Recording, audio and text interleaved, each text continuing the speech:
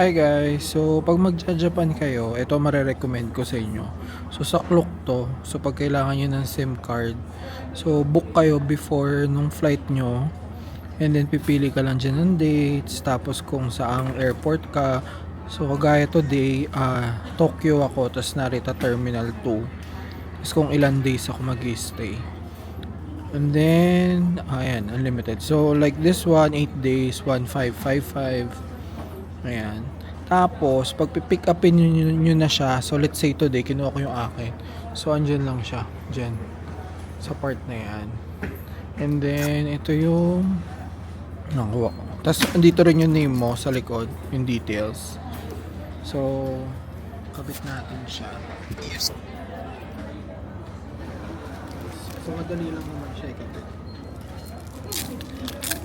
So, simple. So, dito rin yung mga steps kung paano.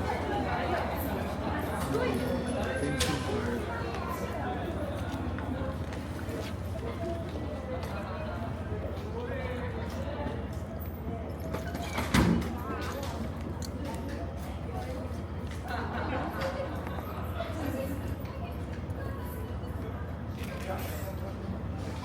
Ayusin nyo lang.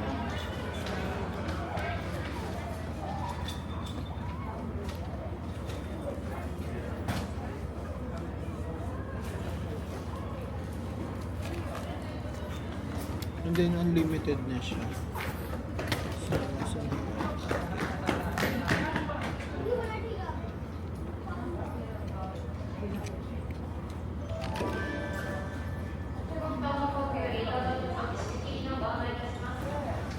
So yun lang guys. So, ganun na lang kayo pag